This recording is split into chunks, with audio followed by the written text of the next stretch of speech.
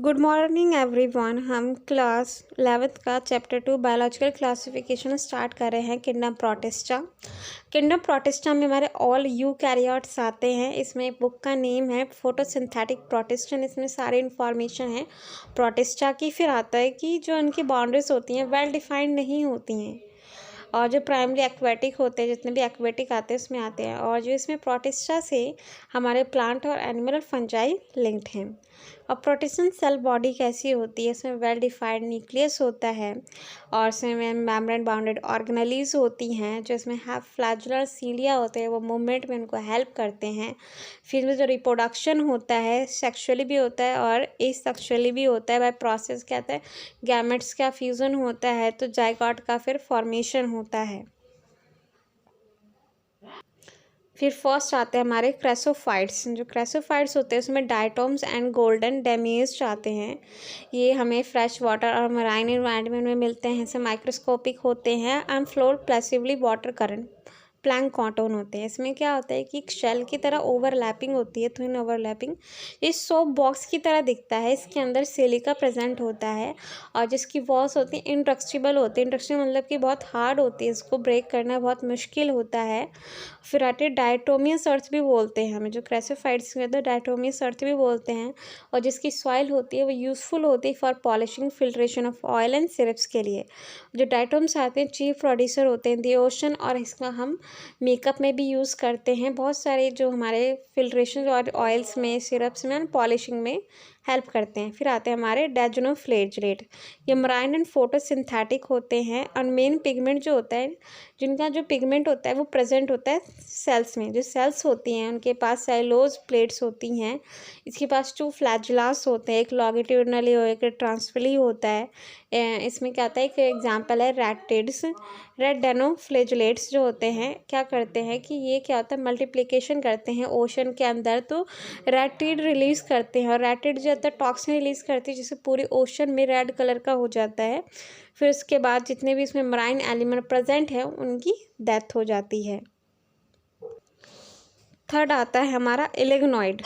इलेग्नोइड जो होता है फ्रेश वाटर में और स्टैंड वाटर में मिलता है। इसके पास सेल वॉल है लेकिन वेल डिफाइंड नहीं होती है, और जो क्या होता है इसके पास एक प्रोटीन की लेयर होती है, जो क्या होती है उसे पेलिकल बोलते हैं।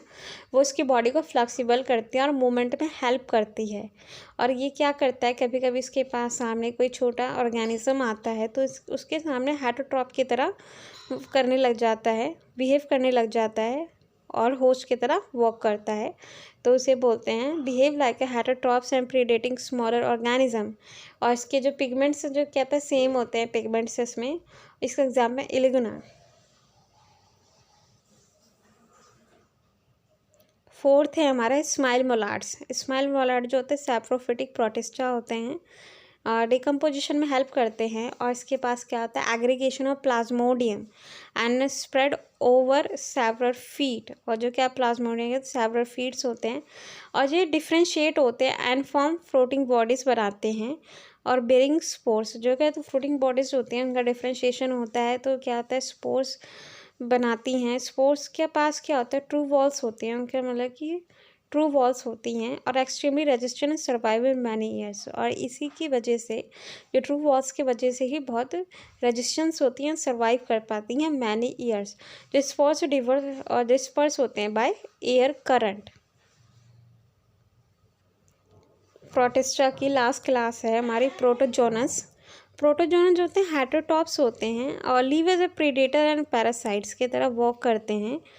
और हेटरोट्रॉप्स होते हैं प्रीडेटर्स और पैरासाइट की तरह वॉक करते हैं। और फिर जिसमें सबसे पहला आता है एम्बॉयड प्रोटोजोन्स, जो क्या आते हैं, ये फ्रेश वाटर में, सी में और मॉइस्ट सॉइल में प्रेजेंट होते हैं। इसके पास सूडोपोडिया होते हैं। जो सूडोपोडिया होता है हमारे अमीबा के पास होता है। ये फॉल्स फीट होते हैं, पैरों की तरह नहीं होते हैं, लिम्स की तरह नहीं होते हैं, फॉल्स फीट होते हैं, बस मूवमेंट में हेल्प करते हैं और कैचिंग देयर फूड।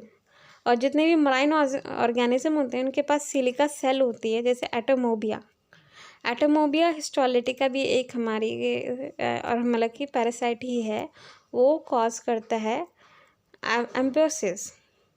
फिर आते हैं फ्लैजुलेटेड प्रोटोजोनस, जो क्या होता है, ये फ्री लिविंग और पैरासिटिक होते हैं, कहीं भी मुंह में कहीं पे भी रह सकते हैं, पैरासिटिक होते हैं, होस्ट पे लाइव करते हैं। हेटेरोट्रॉप्स जो होते हैं इनके पास फ्लैजुला होते हैं और ये कॉज करते हैं स्लीपिंग सिकनेस, और जिनकी वजह से स्लीपिंग सिकनेस जैसे ट्राइपोसोनम इसका एग्जाम्पल है। थर्ड पॉइंट है हमारा सिलेटेड प्रोटोजोन, एक्वेटिक होता है, एक्टिवली मूव करता है, इसके पास 1000 ऑफ सीलियास होते हैं और कैविटी होती है open outside the cell of the surface, के अंदर जो सेल होते हैं उसके अंदर कैविटी होती है, ओपन होती है सरफेस पे, और उसमें कोऑर्डिनेशन मूवमेंट होते हैं, रोज सीलियास अरेंज होते हैं, जैसे पैरामीशियम के एग्जाम्पल है। इसका कॉज होता है वाटर लैडन विथ फूड। फिर आता है स्पोरोजोनस, ये इसमें क्या होता है, spore like infectious spore like stage होती है इन देयर लाइफ साइकिल, और इसमें मोस्ट ऑफ न्यूट्रिस इन प्लाज्मोडियम मैलेरिया पैरासाइट आते हैं और डेंगूज आते हैं, और जो क्या आता है मलेरिया क्या होता है एनाफिलीज से होता है, और इसका कॉज है मलेरिया। इफेक्ट ऑफ सबसे इन्फेक्ट करता है ह्यूमन पॉपुलेशन पे, कभी कभी लोगों की डेथ भी हो जाती है, और ये क्या होता है कि इम्यून सिस्टम वीक हो जाता है और जो वाइट ब्लड सेल्स होती है बहुत कम हो जाती हैं, जिससे डेथ हो जाती है, और बॉडी टेम्परेचर बहुत इंक्रीज़ हो जाता है। इसमें हमारे मैं बता देती हूँ, जो मलेरिया में हमारी जो मलेरिया साइकिल होती है उसमें दो ह्यूमंस होने चाहिए और दो मस्कीटोज होनी चाहिए, तभी है वो पूरी लाइफ साइकिल एसेक्सुअल और सेक्सुअल रिप्रोडक्शन दोनों करता है। आज का लेक्चर यहीं ख़त्म होता है। Have a nice day. कोई भी प्रॉब्लम हो चैप्टर्स में आप मेरे से कांटेक्ट कर सकते हैं इंस्टाग्राम पे, व्हाट्सएप पे। Have a nice day.